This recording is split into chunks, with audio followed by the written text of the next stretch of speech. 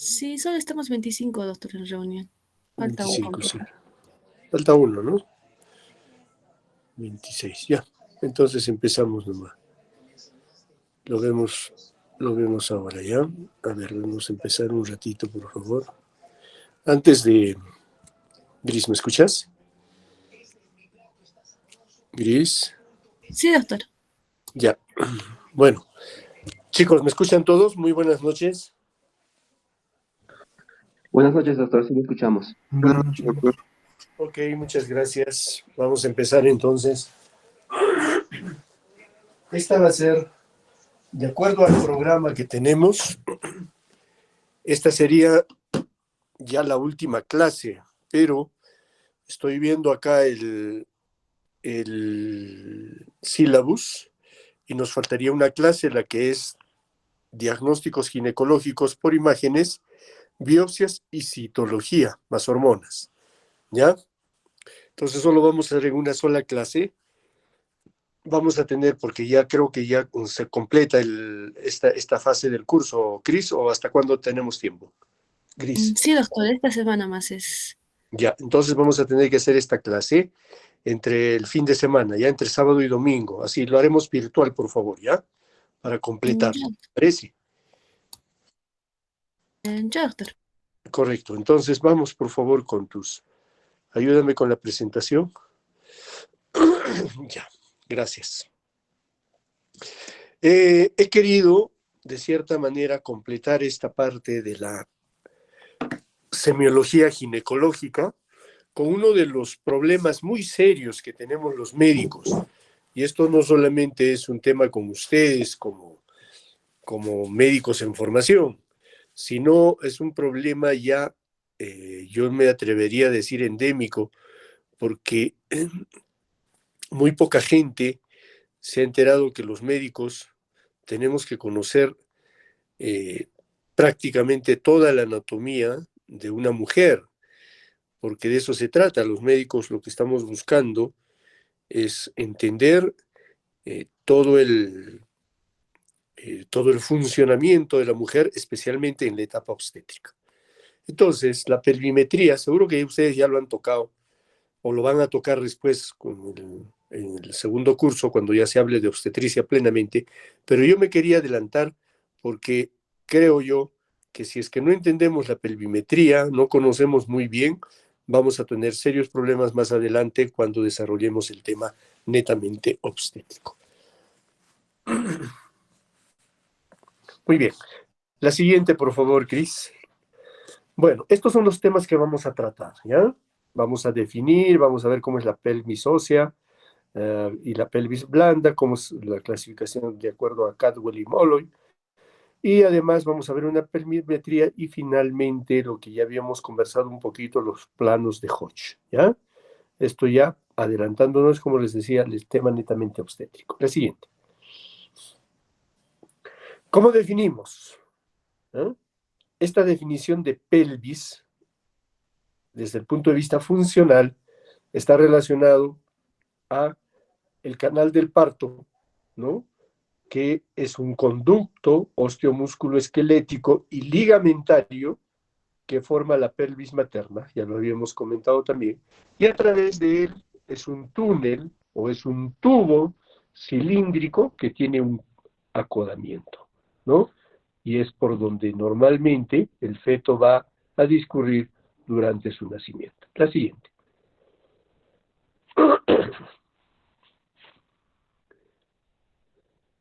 Please.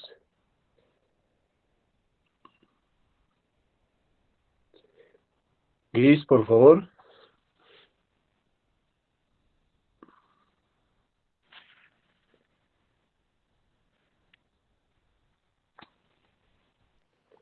Gris, ¿me escuchas? Doctor, sí le Jóvenes, ¿me escuchan escuchamos. alguien Solo por ahí? Sí, doctor, sí lo estoy cambiando. ¿No escucha a nadie? Hola. Sí, se le escucha, doctor. sí le escuchamos, doctor. Ah, gracias. ¿Me escuchan? Sí, doctor, sí lo escuchamos. Hola.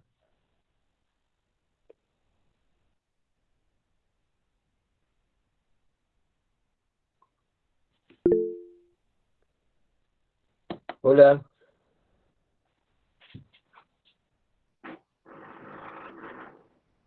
Hola.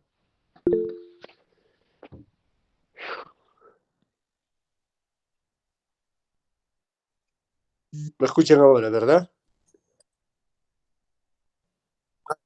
Ya, perfecto. Gracias, gracias, Gris. Pensé que se había cortado la señal. Seguimos entonces. Entonces, la pelvis ósea, ya sabemos que está dividida en dos, ¿no es cierto? La pelvis ósea, va a decir el macizo óseo, y la pelvis blanda, que como conocemos están cubiertos por los músculos vaginales, perineales especialmente y todas las fascias, ¿no? Estos ejemplos que los hemos visto ahí directamente son para que ustedes visualicen y socialicen todos estos, estas...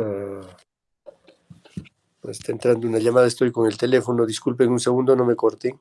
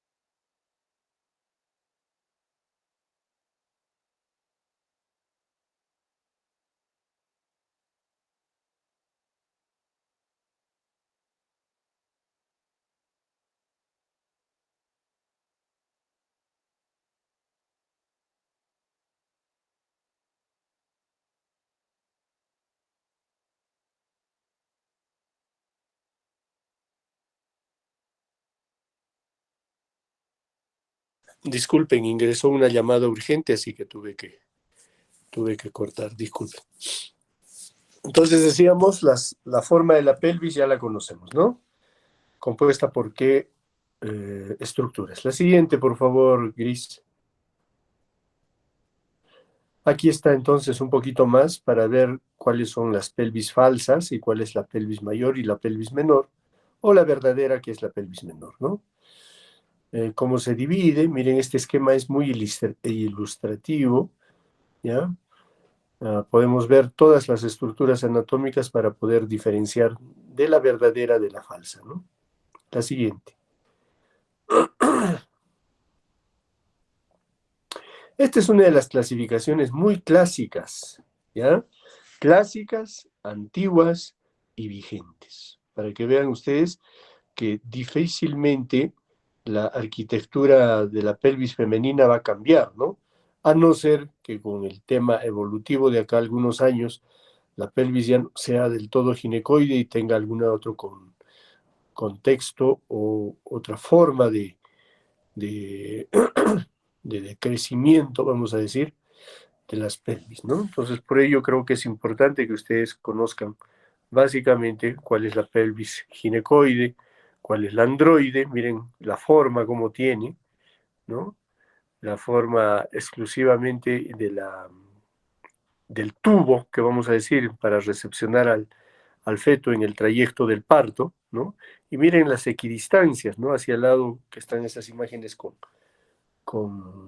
de color celeste, miren cómo nos marca básicamente cuál es la anatómica, ¿no? La ginecoide, pregunta de examen, ¿cuál es el porcentaje, por si acaso, cuál es el porcentaje de pelvis respecto de las diferentes, ¿no? La ginecoide, qué porcentaje de mujeres tienen esta pelvis, ¿ya? La androide, hay mujeres que tienen pelvis androide, antropoide y la platipeloide, ¿no? Que es la última, ¿no? La siguiente, por favor. Esta es la forma, como la que habíamos hablado cuando en los grupos hacemos las prácticas de cómo se tacta, ¿no?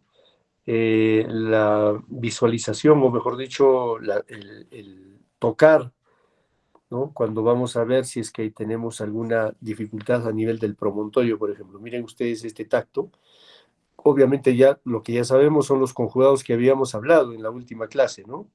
¿Recuerdan ustedes? ¿O fue con los chicos que hicimos práctica? No recuerdo si ha sido en la teoría, si lo vimos más en la práctica. Entonces, ¿cuáles son los diámetros verdaderos? ¿Cuál es el conjugado diagonal? ¿De dónde a dónde va? ¿Cómo se mide? Y ahí podemos aprovechar, miren, para hacer un tacto y poder palpar, ahí como se ve en la imagen de su lado izquierdo derecho, el promontorio, ¿no? Entonces aquí tenemos que ver básicamente las dimensiones. Como les decía en alguna práctica, algunos de ustedes deben saber cuánto mide vuestro dedo, desde el borde que existe en el ángulo que se va a juntar entre el pulgar y el dedo índice, hay que medir hasta la punta del dedo medio, ¿ya? Entonces, cada uno debe tener una medida. No todos tenemos, algunos tendrán dedos más largos, otros tendrán un poco más cortos, las mujeres generalmente un poquito más cortos por su naturaleza, y poder tener la accesibilidad al promontorio. La siguiente, por favor. La siguiente. Muy bien, entonces esta es la forma como se ven los conjugados, ¿no? Cómo están los diámetros, el diámetro antero-posterior, el diámetro y los que nos van a dar los conjugados anatómicos obstétricos y el conjugado diagonal. Estamos hablando de todo esto es en el estrecho superior. La siguiente, por favor. Y estos son ya los diámetros oblicuos y los diámetros transversos, ¿no? Como podemos perfectamente visualizar e identificar, ¿no? La siguiente es un recordar un poco para que ustedes lo tengan claro. Y el estrecho medio, que se encuentra ya en toda la excavación pélvica, ¿no? Es cuando ya ingresó la presentación fetal y va a estar en el estrecho medio, es donde ya vamos a tener con mayor certeza si ya ha atravesado el primer estrecho, quiere decir que está yendo bien, es una pelvis adecuada, ¿no? Y cuánto mide, especialmente el bisiático y el interespinoso, cuando es menos de 10.5 puede haber algún problema, ¿no? Si es más de 10.5 está ideal, ¿no? Y el otro, el diámetro anteroposterior, que es el que medimos usualmente con el tacto vaginal, como les decía, que es desde la pubis, o desde el pubis, desde el borde inferior del pubis, subpubis, hasta el sacro, S4 aproximadamente, ¿no? Si es más de 11.5 es una perfecta pelvis ginecoide, ¿no? ¿Qué cosas pueden haber? Patológicamente, exustosis sacra, sacroplano y espinas prominentes. La siguiente. Acá está, como podemos ver en la pelvimetría, el estrecho inferior, ¿no? Estos triángulos que les había comentado en algún momento cuando hacíamos prácticas, para saber inclusive cómo podemos determinar si nuestro estrecho inferior es adecuado para un trabajo de parto sin complicaciones, ¿no? Y podemos aprovechar también para ver el ángulo subpúbico, que siempre tiene que ser mayor de 90 grados, ¿no? Y los otros diámetros que los conocemos. La siguiente.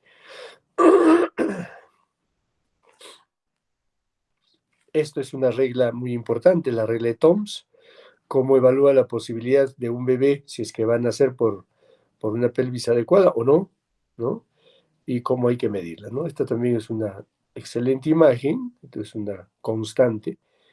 Y lo que le hablábamos, ¿no? Respecto de la pelvimetría externa, que ya no se hace actualmente, pero se puede todavía realizar, ¿no? Miren esta pelvimetría externa hecha manualmente, ¿no?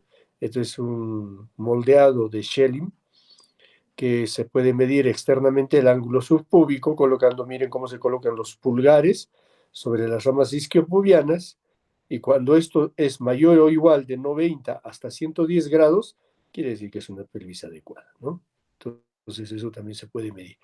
Esto es cuando no se tiene pues un pelvímetro, cuando no tenemos ningún elemento que nos ayude, entonces la pelvimetría externa solamente con este moldeado de Schelling.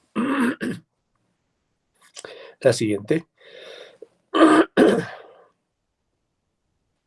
Y esta es cómo es anatómicamente este tubo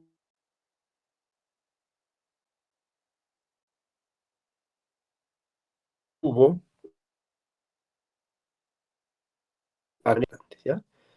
La curva de Karus y cómo se produce también, ¿no? La ley de Schelling cuando ingresa el feto al canal del parto, ¿no? Estas teorías, para que ustedes los lean, las tengan en cuidado. De acá va a venir alguna pregunta en el examen. Hoy mismo estoy pasándole las preguntas ya al doctor Elías. Tenemos tiempo hasta esta noche nada más. La siguiente, por favor. ¿Y cómo son las distocias del canal, no? Podemos tener alteraciones óseas, también puede haber distocias blandas, ¿no? En el caso de que sean óseas, las asimetrías, si son blandas, por ejemplo, blandas pueden haber secuelas de algunas cicatrices previas, ¿no? Que hayan tenido, o pacientes que hayan sido sometidas a cirugías vaginales, ¿no? Entonces eso hay que buscar. O también puede haber miomas, pólipos, ¿no? O pacientes que ahora está de moda hacer las conizaciones, ¿no? En algunas mujeres. Y lo que es muy común, las colporrafias. Las colporrafias, cuando se realizan mal, hoy tuvimos la suerte de ver a una paciente a quien le han hecho un desgarro y hemos tenido que reparar, menos mal ella se sometió a parto y hemos aprovechado esta para afrontar esa mala cicatrización, ¿no? 11 años la mujer, con dolor, dispareunia intensa, no hay derecho, ¿no? Entonces aprovechamos ahora que tenía su segundo bebé para reparar ese defecto blando. La siguiente. Y estos son los planos de Hodge, de los que habíamos hablado, ¿no? Miren, más ilustrativo que esto no van a encontrar, ¿eh? Así que por favor, cuando ya estemos en la parte obstétrica, vamos a hablar muchísimo más de estos planos, ¿ya? Creo que esta es la última imagen. La siguiente. Efectivamente, es la última. Esto quería compartir con ustedes. Esta clase era bien pequeñita, solamente reforzar lo que ya habíamos visto en la clase anterior. Y nos estaría faltando la última, que está relacionada a básicamente lo que habíamos hablado, ¿no? Todo lo que son usos de medios auxiliares de diagnóstico. Ya vamos a hablar de diagnóstico por imágenes también, aunque ya hay un capítulo especial de ecografía y eso me da gusto, pero vamos a hablar de biopsia, citología y algunos problemas hormonales durante la etapa de la mujer, en la etapa, o mejor dicho, durante su evaluación ginecológica. Lo dejamos ahí. Les agradezco su presencia. Nos volvemos a ver. Me pongo de acuerdo con Grisel para la última clase. Buenas noches. Buenas noches. Buenas Buenas noches, doctor. noches. Buenas noches, doctor. Gracias, doctor.